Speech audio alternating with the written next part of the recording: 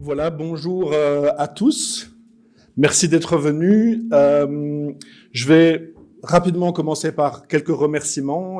Je sais des personnes qui sont en train d'arriver, donc c'est très bien, ils arriveront au fur et à mesure du propos. Mais donc, je veux d'abord remercier évidemment le professeur Pierre-Joseph Laurent, qui était président de mon jury de thèse et qui a soutenu ma demande, et qui a été accepté de pouvoir donner cette leçon au Collège de Belgique. Et donc, ce sera pour moi l'occasion de vulgariser, de partager avec vous un certain nombre d'éléments que j'ai pu développer dans ma thèse de doctorat. Donc, j'ai défendu à l'UC Louvain une thèse en anthropologie sur les enjeux de restitution et les effets en termes de savoir et d'épistémologie de ces savoirs coloniaux dans le racisme contemporain. Cet après-midi, je vous ferai un petit morceau de ce travail plus exclusivement autour des enjeux de restitution. Je veux aussi remercier Quentin Runis pour la mise en place et la discussion technique pour ce soir. Et vous remercier évidemment, vous, d'être venus écouter cette leçon. J'ai a priori une petite heure. La dernière fois que je l'ai fait chez moi, c'était 56 minutes. Après, on a un temps de questions, mais à 19 heures, dans tous les cas, peu importe ce qu'il se passe, on devra quitter les lieux. Donc, il y aura quand même un temps nourri de questions. Donc, n'hésitez pas à prendre note et à intervenir dans la seconde partie de cet après-midi. Alors, en prolégomène, à ce qui se développera comme une archéologie critique des savoirs, au sens où l'entendait le philosophe congolais Valentin-Yves Mudimbe, dans la suite de Foucault. Donc, dans la suite de cette démarche, je voudrais tout de suite vous donner d'emblée à percevoir la polysémie du verbe qui va nous occuper cette fin d'après-midi. Restituer vient du latin restituo et est composé de re, statuo, donc établir à nouveau. Ainsi, remettre à sa place, placer à nouveau, remettre debout, relever, rétablir dans ses droits, rétablir quelqu'un dans sa dignité, rétablir le combat, rendre quelque chose à quelqu'un. Restituere rem. Le Latinatis lexicon reprend les exemples suivants. Sospites omnis Romam ad proquincos, quem ame acceptitis locum, Pompeius civiti restitutus captu victori, Caesari imperio restituendus erat. Tous furent envoyés sains et saufs à Rome auprès de leurs proches, le lieu que tu avais reçu de moi, la jeune fille rendue aux siens, les biens restitués à leurs propriétaires, le territoire rendu aux Vééiens, Pompéi rétabli dans sa cité, le prisonnier remis au vainqueur, il devait être rétabli sur ordre de César. On peut donc repérer dans cette suite d'exemples le nouage d'une dimension juridique et d'une dimension politico-militaire propre au droit romain. Je voudrais y adjoindre une dimension plus ethnographique, puisque la restitution est pour les anthropologues ce geste indéniablement épistémologique et éthique qui consiste à redonner aux acteurs sociaux les résultats de l'enquête, non seulement comme description du présent, mais aussi comme ressource prospective pour tenter d'imaginer, discuter et transformer collectivement ce présent en futur possible, tâche à laquelle je vais tenter de répondre cette fin d'après-midi. La question de la restitution, donc, du patrimoine africain détenu dans les musées occidentaux est en réalité une très vieille question. En quelque sorte, depuis les premiers instants de la colonisation, il y a des résistances.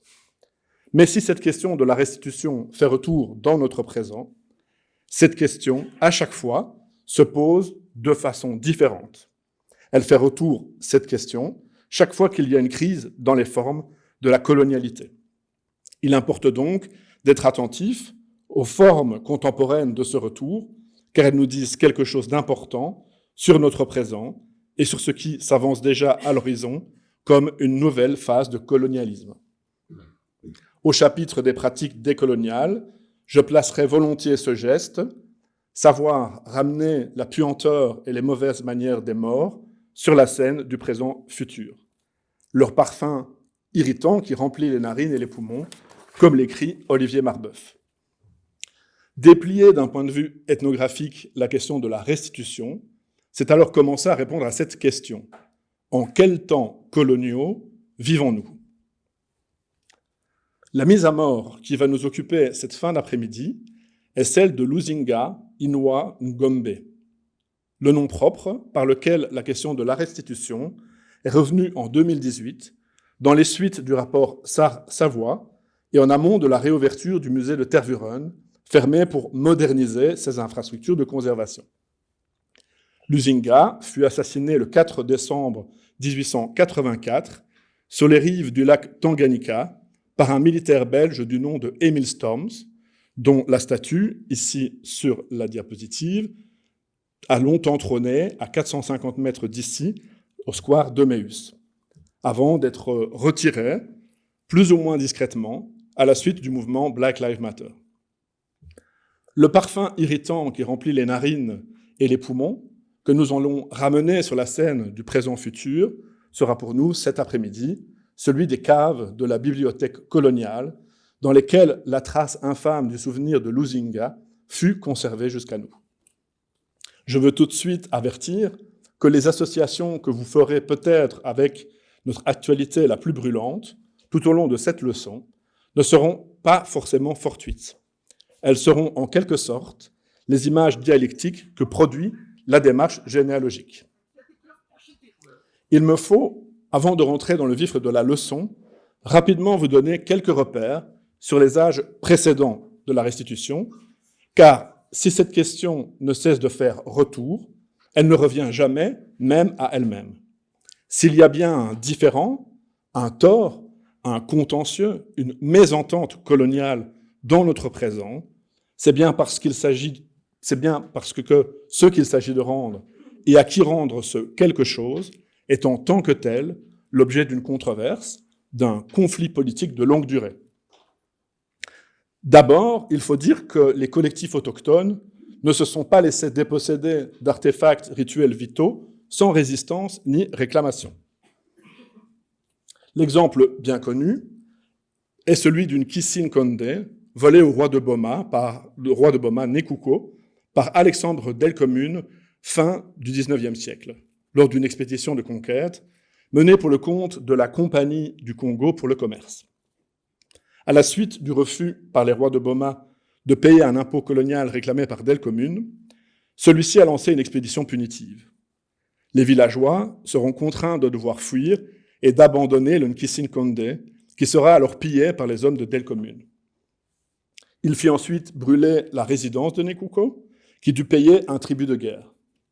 Delcommune explique lui-même dans ses récits de voyage que ces guerres de pacification avaient comme objectif de briser le prestige des rois de Boma et d'affirmer l'autorité des Européens. La demande de restitution par Nekuko suit immédiatement ce vol, commis dans le cadre d'un crime colonial. Dans le catalogue de l'exposition temporaire qui fit suite à la réouverture de l'Africa Museum, Art sans pareil, en 2018, le commissaire de l'exposition le reconnaît entre les lignes. L'importance de ce Nkissi n'était pas minime. Sa récupération par les hommes de Delcommune fut presque assimilée par les dirigeants Congo à une prise d'otage. Nekuko était d'ailleurs prêt à verser une rançon pour le récupérer. Le discours muséographique qui a suivi l'arrivée de ce Nkissi en Belgique, à Tervuren, s'est cependant constitué comme recouvrement des conditions de spoliation. Delcommune fut présenté comme un collecteur de terrain, tandis que le Nkissin Konde fut considéré comme un cadeau fait par les musées royaux d'art et d'histoire. La statue n'est jamais retournée au Congo, pas même comme prêt temporaire, dans le cadre d'un partage d'œuvres.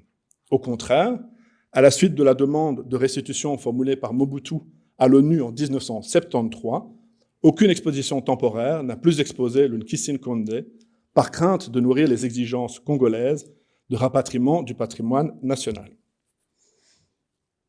Alors que ce Nkissi est aujourd'hui encore réclamé par un des descendants de Nekuko, Bakuta Kapita Alphonse, la politique de non-restitution qui s'est construite depuis Tervuren peut être ressaisie comme une opération stratégique visant à anticiper et à désarmer les exigences de restitution du patrimoine africain pillé. Le second âge de la restitution fut celui des décolonisations. Il faut pour cela, comme nous y invite Sarah Van Beurden, revenir aux négociations ayant eu lieu lors de la table ronde belgo-congolaise en janvier et février 1960, ainsi que lors de la table ronde économique tenue un mois à peine avant l'indépendance du Congo. Pour la Belgique, la question de la nationalisation ou de la congolisation des entreprises congolaises dans lesquelles l'État belge détenait d'importantes participations fut une question critique, qui a abouti à l'échec des négociations sur le transfert de ces participations, comme le rappelle le professeur d'économie Raoul Dongue, ancien gouverneur de la Banque centrale du Congo. C'est dans ce cadre que le gouvernement Lumumba Kasavubu formula de nouvelles demandes en termes de restitution.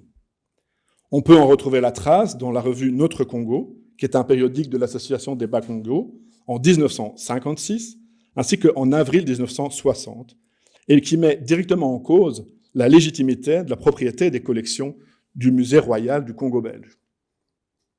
Si le Congo devient une nation indépendante, n'a-t-il pas le droit de posséder son propre patrimoine culturel? Les objets des collections du musée ne sont-elles pas une ressource du pays, au même titre que ses richesses minières?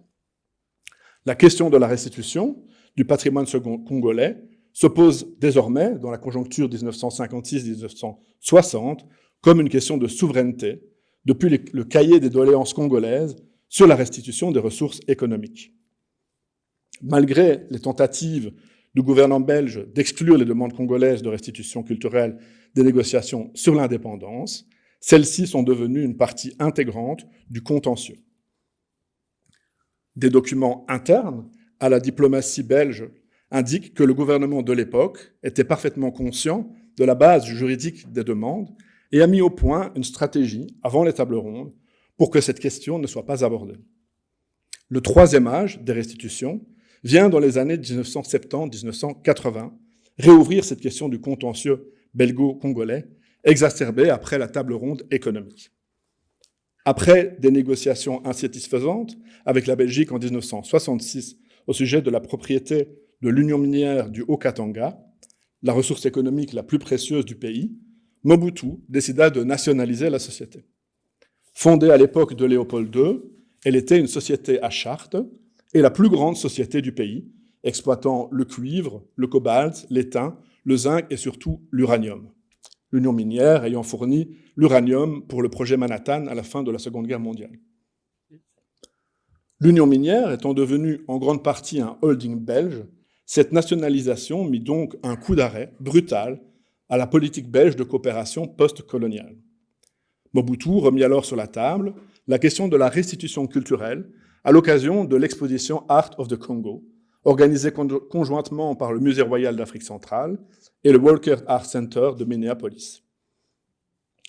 Composée de pièces prestigieuses, ici des collections de Tervuren, l'exposition a fait le tour des musées américains entre 1967 et 1969.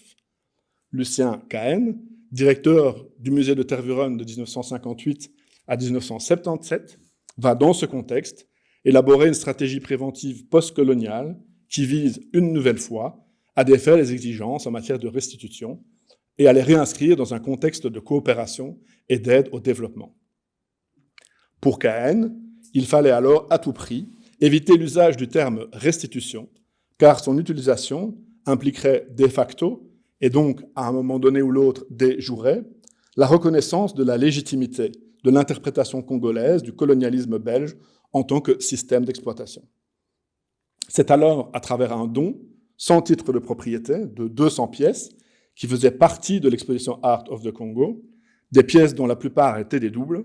C'est donc à travers ce don que Cahen va tenter de désamorcer les exigences de réparation du tort colonial. Il parvint alors à reformuler la question du contentieux en mettant en évidence les supposées déficiences de l'infrastructure culturelle du Congo, tout en les attribuant au gouvernement postcolonial congolais, plutôt qu'au passé colonial belge. Cahen construit ainsi la structure juridique du transfert éventuel d'artefacts du Congo, de Tervuren vers le Congo, sous la forme d'un dépôt à long terme sans transfert officiel de titre de propriété, tel qu'on peut la lire dans une lettre que Lucien Cahen adresse au ministère de l'Éducation nationale le 21 mai 1970. À travers cette nouvelle politique dite de coopération au développement, la Belgique se fabrique une innocence postcoloniale, une fausse virginité, tout en désamorçant les exigences de restitution et donc de réparation, comme une contre-révolution préventive, selon l'expression de Marcuse. À la suite de la demande de restitution formulée par Mobutu à la tribune de l'ONU en 1973, aucune exposition temporaire n'a plus exposé le Nkissine Condé. Cette séquence de la fin des années 1970 correspond aussi à l'appel lancé le 7 juin 1978 par Amadou Matar Mbo, alors président de l'UNESCO, et intitulé « Pour le retour à ceux qui l'ont créé d'un patrimoine culturel irremplaçable ». Bénédicte Savoy a retrouvé dans les archives de l'UNESCO des formulaires standardisés à la même période, fin des années 1970, et destinés à aider les États nouvellement indépendants à inventorier et réclamer leurs biens culturels spoliés. Les recherches de Bénédicte Savoy dans les archives allemandes, françaises et belges relèvent que de nombreux pays africains ont tenté d'utiliser ces canaux officiels. Cependant, les administrations des musées européens de l'époque ont souvent ignoré ces demandes ou complexifié les procédures pour décourager les réclamations. Nous venons de voir le cas de Lucien Cahen, et les archives indiquent qu'il a participé à des discussions internationales sur ces formulaires, tout en cherchant à limiter la portée des restitutions massives, privilégiant souvent des accords de coopération technique ou des prêts, plutôt que des transferts de propriété définitifs. Le manque de restitution actuelle n'est donc pas dû à une absence d'intérêt des pays africains pour le retour du patrimoine pillé, mais à une résistance administrative et politique des institutions muséales européennes. Je ne peux pas revenir ici sur l'ensemble des actions menées entre la fin des années 1990 et aujourd'hui pour faire remonter le tort colonial à la surface du présent par plusieurs générations d'activistes, descendants de colonisés, mais lorsque l'affaire George Floyd embrase la planète et que 15 000 personnes se rassemblent à Bruxelles le 7 juin 2020 contre la négrophobie et les violences policières, de nombreuses galeries ont déjà été creusées sous le récit apologétique de la colonisation. 2 projets de loi pour la restitution, rédigés avec des activistes issus des diasporas subsahariennes, dont le collectif BAMCO, ont déjà été déposés au Parlement bruxellois. Avec les commémorations pour les 60 ans de l'indépendance du Congo, le momentum semblait alors arriver. La Belgique serait enfin prête, après 60 ans, après 2 générations, à affronter son passé colonial. Le roi allait présenter ses excuses dans un discours qui ferait le lien entre le passé colonial de la Belgique et la permanence du racisme. Thomas d'Hermigne promulguerait une loi pour désaliéner les objets du litige à la propriété de l'État. Une commission parlementaire allait faire la lumière sur le passé colonial et permettrait les réparations. Malheureusement, ce basculement anthropologique n'a pas eu lieu. Nous assistons depuis l'échec de la commission Congo, non seulement à l'échelle belge, mais à l'échelle de tout l'Occident, voyez ce qui se passe aux États-Unis, à un mouvement contraire de retour de l'Empire, comme le diagnostique Paul Gilroy. Lorsque de jeunes étudiants de l'université de Leuven chantent « Congo is van ons », on comprend que cette nostalgie se fait ressentiment actif. On bascule alors dans une forme de paranoïa postcoloniale, celle des angoisses de grand remplacement et de dénatalité, face à ce que le philosophe conservateur Oswald Spengler fantasmait déjà comme la révolution mondiale des peuples de couleur. Je prends le micro d'eau pour aller jusqu'au bout.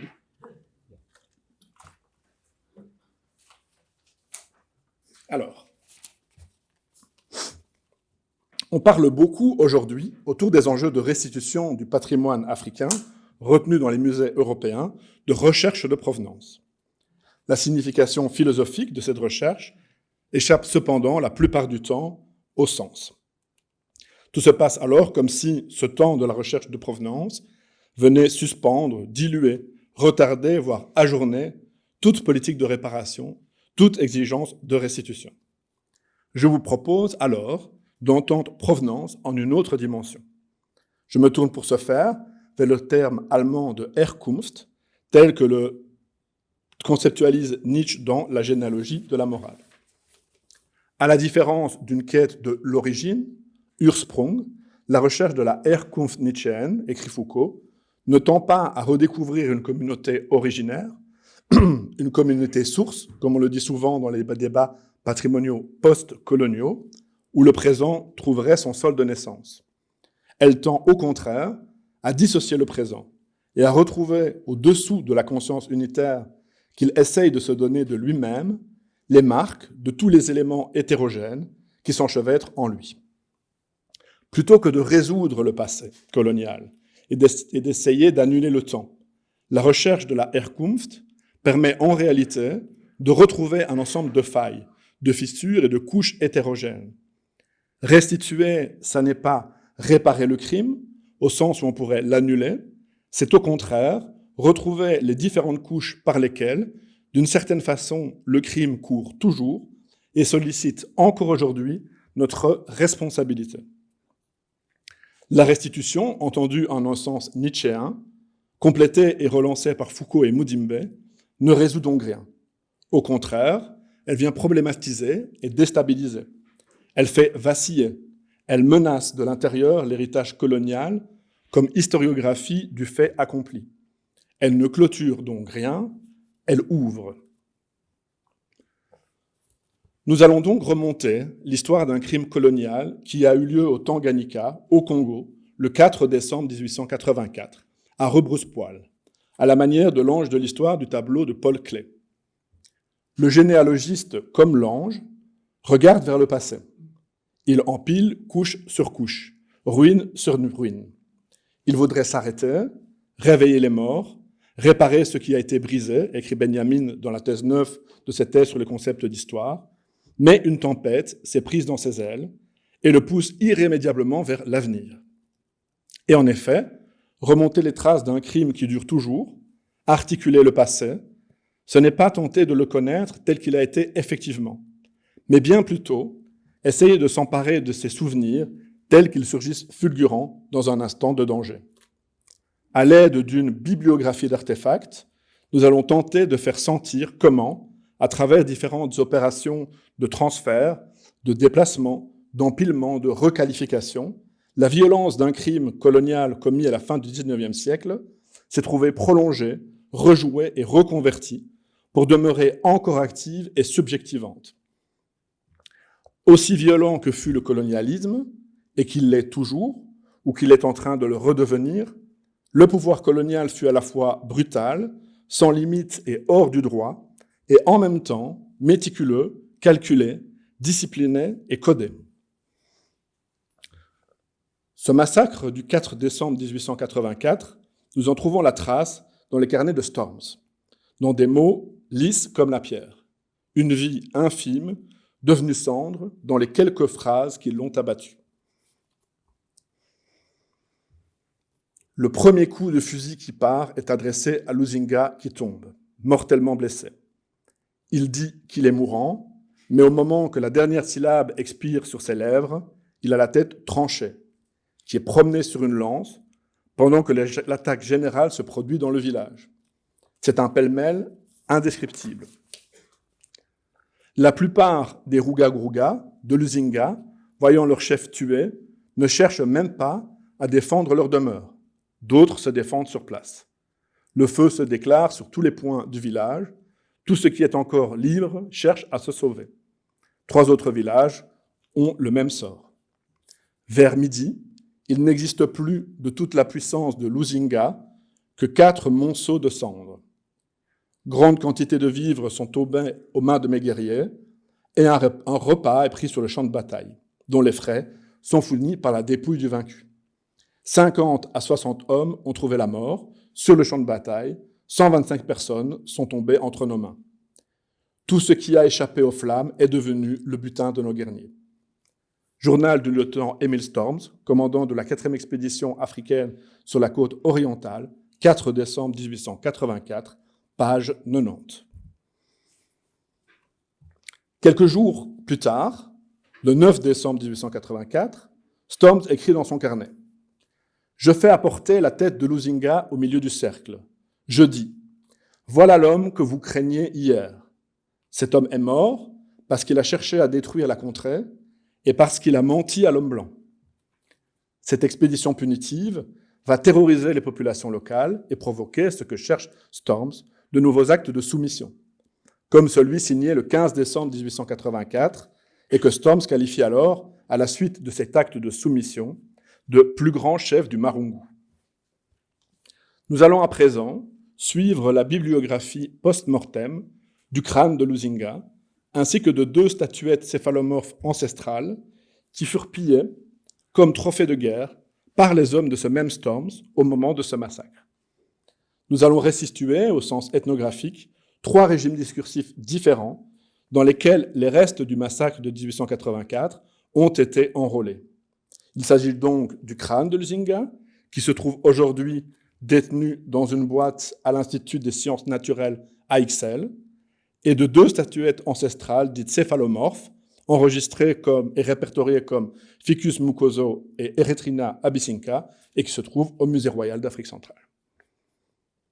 Émile Storms, qui s'autodésigne comme Émile Ier, empereur du Tanganyika, comme l'indique le sous-titre de ses carnets, finira par connaître un sort funeste.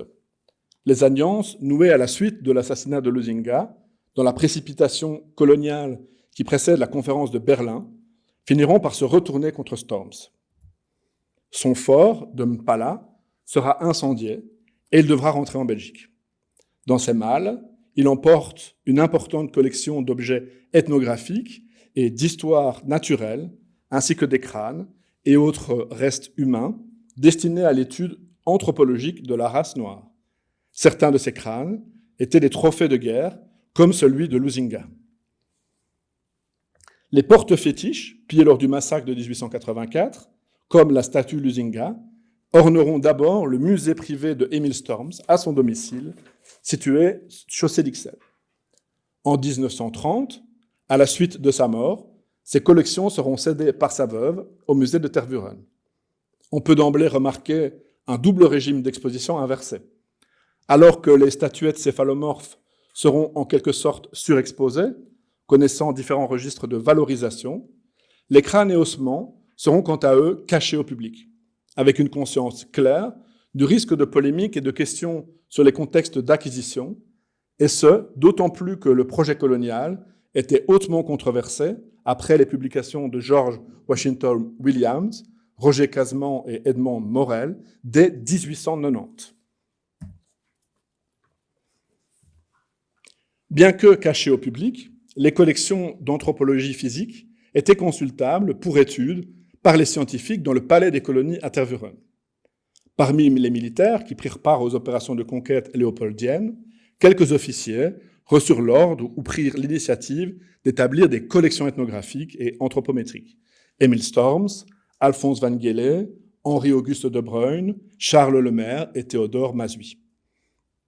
À cette époque, dans un grenier à foin des écuries du roi, dans le bâtiment où nous nous trouvons en ce moment même, l'administration de l'État du Congo faisait déposer les objets envoyés ou donnés par ses agents d'Afrique. C'est à la suite et à l'occasion de l'exposition de Bruxelles de 1897 que l'on entreprit d'exposer les objets entassés dans ce dépôt pour mettre sous les yeux du grand public les preuves des progrès accomplis par le jeune État, selon les mots du baron de Hauleville, directeur du musée de Tervuren de 1910 à 1927. C'est d'ailleurs en préparation de la Foire internationale d'Anvers de 1885, afin de rationaliser ses collectes, depuis la métropole, que Maximilien Strauch, qui fut secrétaire général puis administrateur de l'État indépendant du Congo et commissaire général dans les cycles des expositions coloniales belges, écrit le 20 juillet 1883 à Émile Storms. Nous vous approuvons de consacrer vos loisirs à la formation de collections d'histoire naturelle. Ne vous pressez pas d'expédier en Europe vos échantillons. Ne manquez pas non plus de recueillir quelques crânes de nègres indigènes, si vous le pouvez, sans froisser les sentiments superstitieux de vos gens. Choisissez autant que possible les crânes d'individus appartenant à une race bien tranchée et dont le caractère n'a pas subi de modification physique par suite de croisements. Notez soigneusement le lieu d'origine des sujets, ainsi que leur âge, quand cela est possible. D'ici à quelques années, ils seront très rares et par cette raison, ils auront un grand prix pour les savants qui tenteront d'écrire l'histoire de ces peuples en l'histoire de leur avènement à la civilisation. Dans une lettre datant du 19 décembre 1883, Storms répond au secrétaire général de l'État indépendant du Congo. Au Marungu, j'ai eu une petite difficulté avec le fameux Luzinga. Le fond de l'affaire est que je lui ai refusé de la poudre. Il a dit qu'il couperait la tête au premier homme de ma station qu'il rencontrerait. S'il a le malheur de mettre son projet à exécution, la sienne pourrait bien un jour arriver à Bruxelles avec une étiquette. Elle ferait fort bonne figure au musée. Si on peut retrouver facilement les statuettes Tabois pillées lors du massacre de 1884 dans les collections et les vitrines du musée de Tervuren, il a été beaucoup plus difficile de retrouver le crâne de Luzinga. Vaincu, sans nom, sans histoire, et réduit à l'état d'item, l'histoire de la déshumanisation des vaincus du colonialisme belge aura produit une anonymisation et une réification qui aura présidé à l'absence de soins éthiques entourant ces dépouilles mortuaires jusqu'à aujourd'hui. La recherche du crâne de Luzinga a été l'œuvre d'un travail collectif, à la fois artistique, journalistique, scientifique, activiste, contre l'histoire de son appropriation positiviste. Pour saisir la durée de la colonisation et son actualité, il faut alors parvenir à montrer comment l'exercice du pouvoir colonial fut le lieu de formation de savoir, qui en retour ont permis à cet exercice de raffiner ses cibles et de complexifier ses technologies de domination.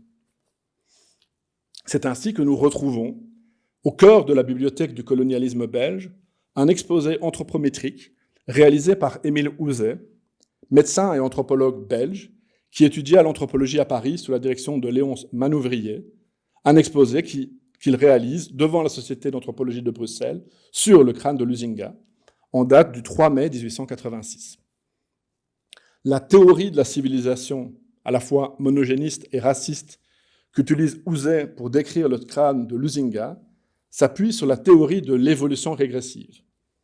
Ce qui est particulièrement remarquable dans l'exposé anthropométrique de 1886, du point de vue de l'historicité des théories raciales, c'est qu'il n'y a pas d'opposition entre une analyse craniologique et une analyse ethnographique.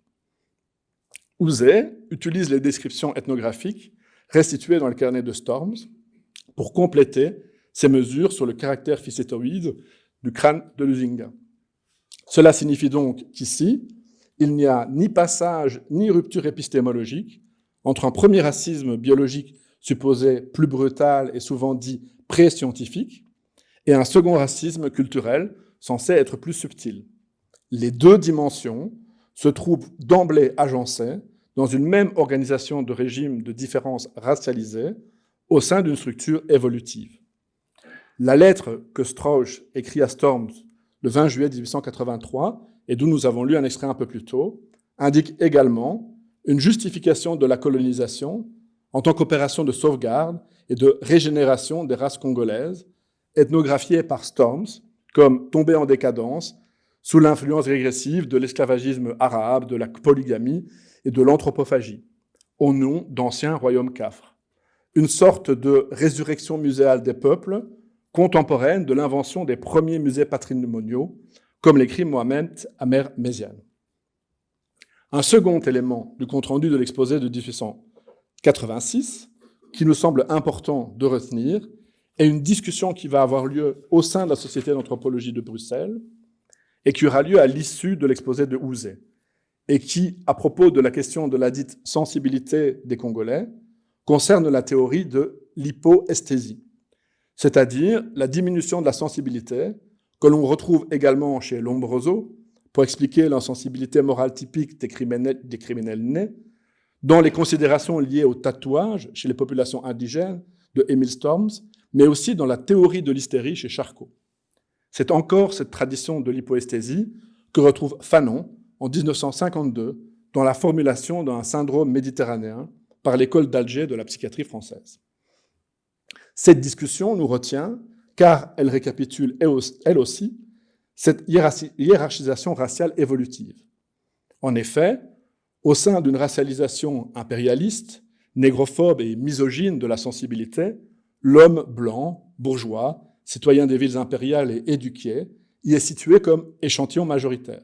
C'est le Belge moyen de Quetelet, à partir duquel s'organise une hiérarchisation différenciée des types humains. Le maître étalon, qui atteint à la sensibilité transcendantale, n'est alors ni pas assez sensible, hypoesthésie, comme le serait le nègre, ni trop sensible, hyperesthésie, comme le seraient les femmes et les enfants. Cette structure épistémique du racisme colonial joue alors un rôle central dans l'absence de soins conférés aux dépouilles des trépassés du colonialisme belge. On retrouve ainsi, tant dans les carnets de Storms que dans les notes de Houzé, un amusement ainsi qu'un manque de respect pour les rites des ancêtres et les pratiques d'inhumation indigènes. L'évolutionnisme se déploie ici comme une fabrique cognitive et subjective d'insensibilité. C'est pourquoi Mudimbe rappelle que la genèse de la science anthropologique se trouve au cœur de l'idéologie mercantiliste, dans la mesure où l'impérialisme et l'anthropologie prirent corps en même temps. L'épistémé coloniale est alors comme l'atmosphère intellectuelle qui donne à l'anthropologie son statut de discours. Je prends juste un petit peu d'eau.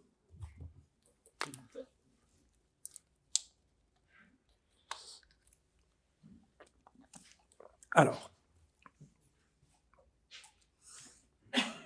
nous allons à présent exhumer une seconde couche de connaissances qui prend forme dans une controverse interne à l'anthropologie belge de la fin du XIXe siècle. Le 31 mai 1886, quelques jours après l'exposé anthropométrique de Houzé, Émile Storms et Victor Jacques, qui est professeur de pharmacologie à l'ULB, présentent devant la Société d'anthropologie de Bruxelles des notes sur l'ethnographie de la partie orientale de l'Afrique équatoriale. Ces notes ethnographiques sont largement construites sur les carnets de campagne militaires de Storms. On peut donc relever ici un couplage entre le pouvoir militaire colonial et le savoir sociologique et ethnographique européen. Le texte qui présente les statuettes céphalomorphes tabois pillées par Storms lors du massacre de 1884 marque une attention particulière qu'il nous faut à présent relever à l'art corporel tabois, comme la peinture, les coiffures, les scarifications et les piercings. Ce qui nous intéresse particulièrement, c'est qu'à propos de l'art tabois, il existe dans ces notes une controverse interne à l'épistémée darwinienne entre l'optimisme civilisationnel de Victor Jacques et le pessimisme évolutionniste de Storms. Pour Jacques, qui est attaché à la faculté de médecine de l'ULB, c'est en adaptant les milieux indigènes que l'on peut élever ce qu'il appelle les formes primitives de l'art tabois vers la civilisation. À l'inverse, pour Storms, ces populations auraient fait d'autant plus de progrès dans la civilisation qu'elles sont restées plus isolées parce qu'elles doivent alors puiser en quelque sorte en elles-mêmes une aspiration instinctive vers le beau. L'art tabois, que Storms pille allègrement en tant que trophée de guerre, à l'occasion de massacres contre les populations indigènes, en vue d'imposer l'hégémonie belge au Tanganyika, et qu'il présente ce 31 mai 1886 devant la Société d'anthropologie de Bruxelles, est alors réinterprété comme la trace de l'existence antérieure d'une époque plus civilisée, mais avec une tendance actuelle à un retour vers la barbarie. Loin de rendre compte des destructions coloniales au Tanganyika, dont il est l'un des principaux acteurs, et dont il est ici en quelque sorte et d'une certaine façon en train de fournir les preuves, Storms présente la colonisation civilisatrice et philanthropique belge comme une tentative de sauver et de protéger l'art tabois contre les fléaux que seraient l'esclavagisme arabe, la polygamie et l'anthropophagie.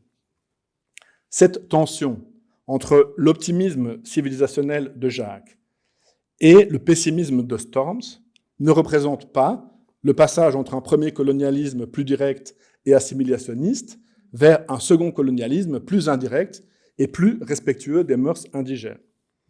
Nous voyons que le respect et le mépris, la destruction et la conservation, la civilisation et la sauvegarde fonctionnent ensemble, de façon synchronique, au sein d'un même dispositif de gouvernement de type évolutionniste. avec la politique coloniale de relégation des populations indigènes récalcitrantes à l'ordre colonial dans des camps de travail forcés, on peut donc soutenir que ce pseudo-respect, contenu dans la politique d'indigénisation, est en réalité un respect armé, construit sur la menace constante de déportation massive, de camps de travail forcés, d'incarcération à perpétuité, d'assassinats et de massacres. C'est pourquoi Fanon le décrit comme un pseudo-respect qui s'identifie en fait au sadisme le plus élaboré. Lorsqu'on lit les carnets de Storms et les notes ethnographiques écrites avec Victor Jack en cette fin du XIXe siècle, on peut constater qu'il y a donc d'emblée un pseudo-respect pour des cultures, ici en l'occurrence tabois, que l'on détruit en les sauvant, c'est-à-dire en les conservant dans des formes de vie mutilées, réduites et stéréotypées.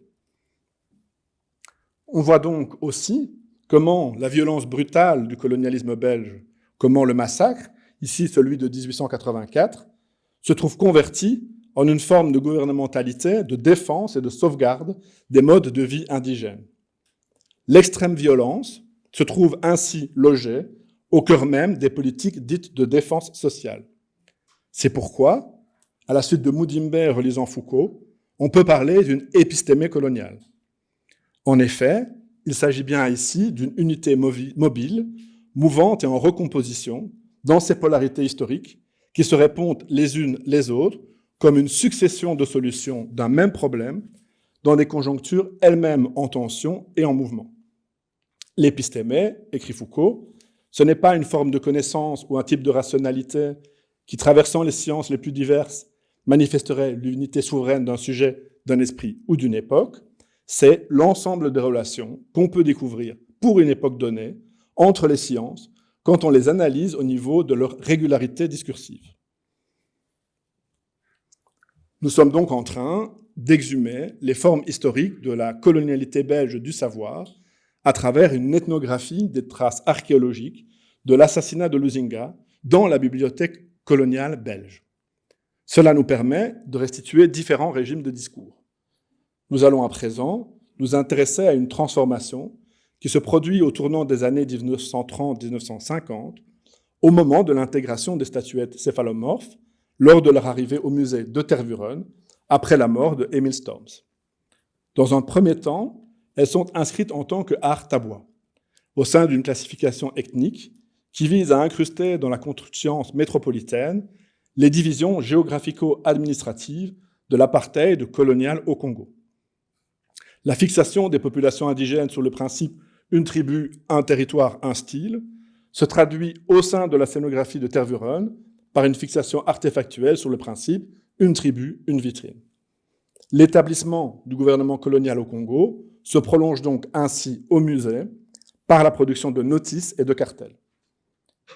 C'est dans le courant des années 1950 que certains objets qui étaient jusque-là identifiés comme art ethnique, selon la classification du questionnaire de sociologie et d'ethnographie de la Société d'anthropologie de Paris, changent petit à petit de statut pour devenir des œuvres d'art.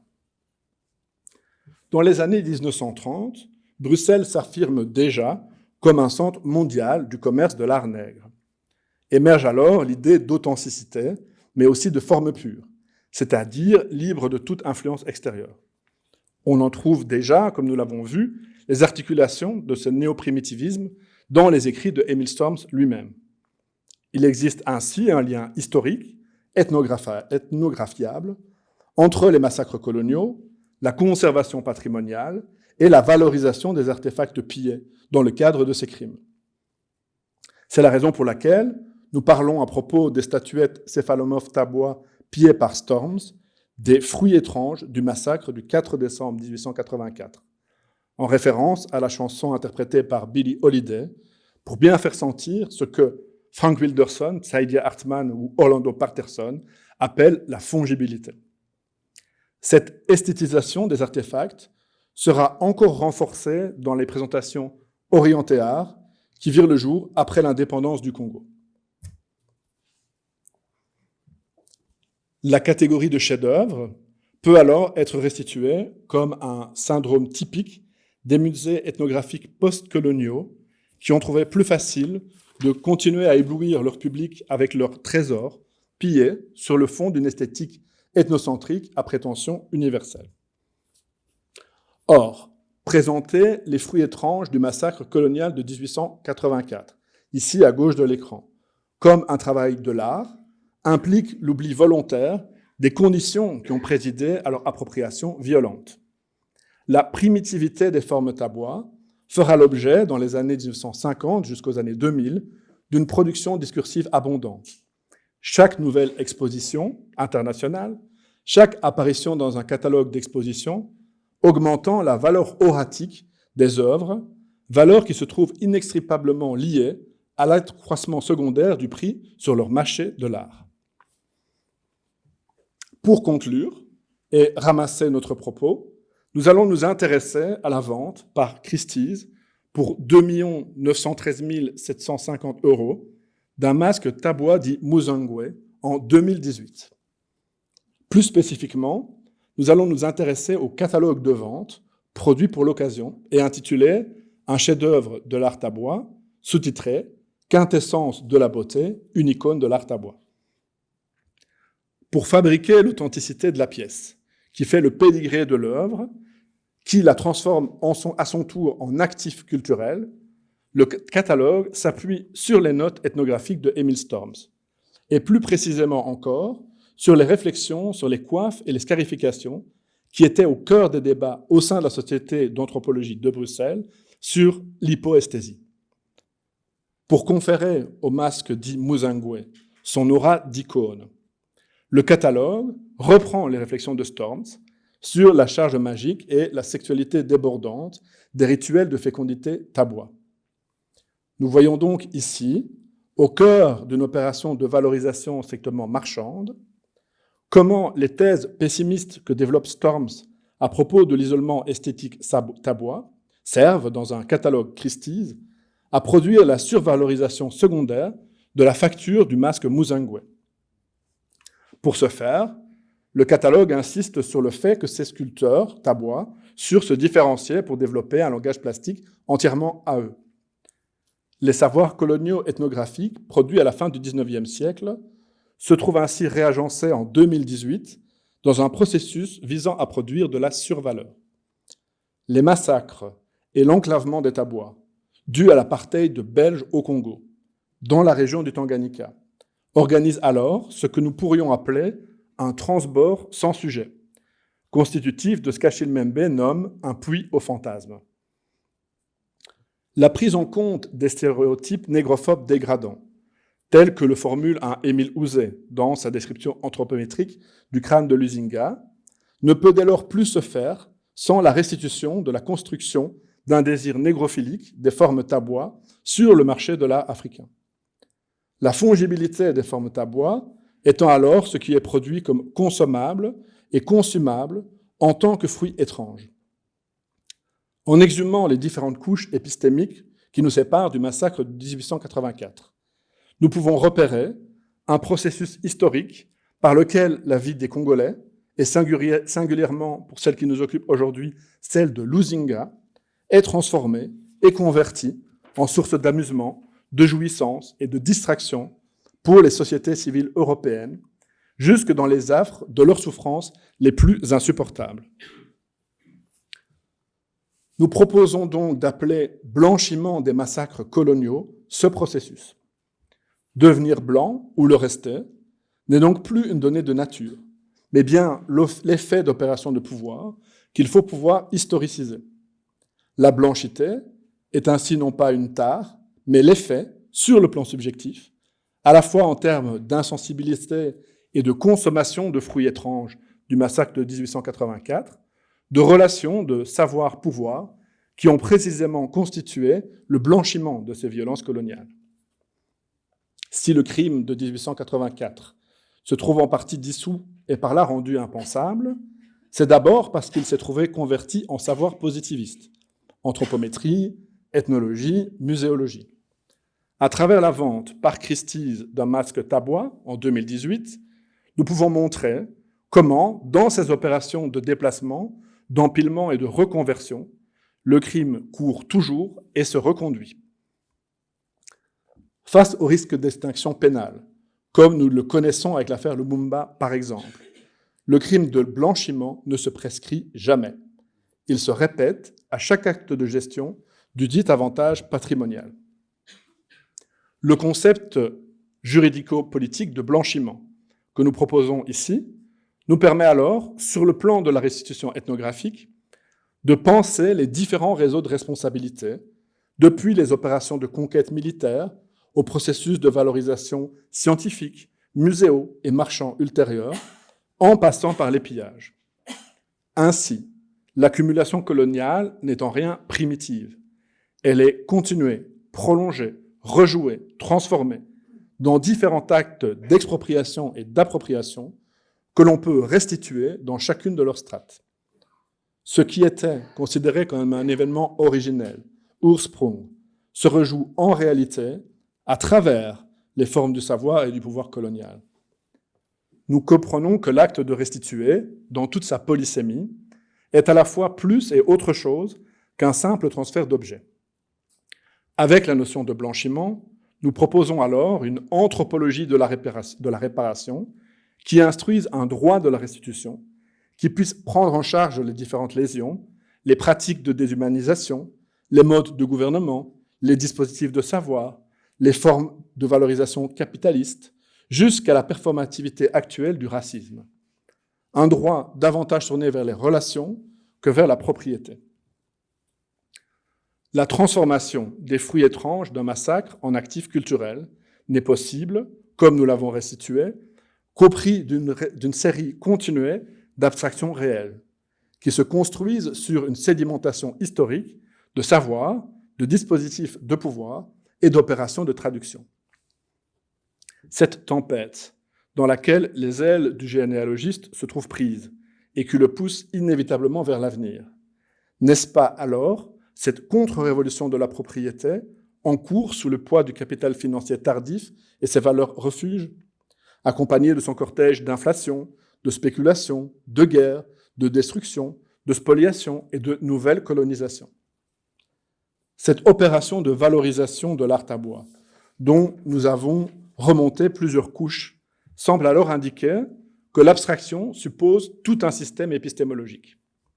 Comme l'écrivent Guterman et Lefebvre dans La conscience mystifiée, le capital financier, qui ne pourrait fonctionner sans actifs culturels, est un réseau de signes abstraits, un jeu d'écriture.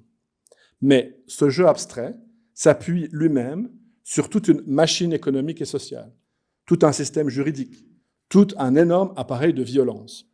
Il est donc à la fois abstrait et terriblement concret. À travers ce jeu de transfert, de déplacement, de condensation, de traduction, depuis lequel la vie des Africains se trouve abstraite, transformée en catégories homogènes et stéréotypées pour servir de marchandise au marché de l'art, le racisme apparaît non plus comme une simple idéologie ou un préjugé subjectif, mais comme un opérateur matériel de pouvoir. D'une certaine façon, la question de la restitution ainsi formulée vient interrompre le sommeil supposé éternel des vainqueurs, celui du droit domanial et de l'institution de la propriété qui la ratifie. Jusqu'alors, les fruits étranges du massacre du 4 décembre 1884 étaient en quelque sorte des artefacts surgelés, figés, aphasiques de la nécropole Tervuren, désactivée au sein d'une mise en scène de la fin des temps. Dans un texte important, publié en 2018, Achille Mbembe écrivait « Il faut sortir d'une approche uniquement comptable de la restitution, laquelle n'est dès lors envisagée que du seul point de vue de l'institution de la propriété et du droit qui la ratifie. Pour que la restitution des objets africains ne soit pas l'occasion pour l'Europe de s'octroyer une bonne conscience à bas prix, il faut donc recentrer le débat sur les enjeux historico-philosophiques, anthropologiques et politiques de l'acte de restituer. L'on s'aperçoit alors que toute politique authentique de restitution est inséparable d'une capacité de vérité. Honorer la vérité et réparer le monde, devenant par le fait même le fondement incontournable d'un lien nouveau et d'une nouvelle relation. Restituer suffisamment de vérité pour que le monde redevienne habitable. Cette full disclosure à laquelle nous invitait déjà Desmond Tutu à l'occasion de la commission Vérité et Réconciliation en Afrique du Sud. Tout dire, sans omission ni rétention. Ce n'est pas exactement la vérité judiciaire au sens classique. C'est une vérité narrative et exhaustive adressée publiquement. Une forme de vérité non plus platonicienne et que Barbara Cassin rapproche de la parésia. Un dire vrai risqué. Une vérité performative donc, qui situe et engage sans retour. Non pas une aletheia, un dévoilement pur, mais une vérité qui nous convoque et nous transforme.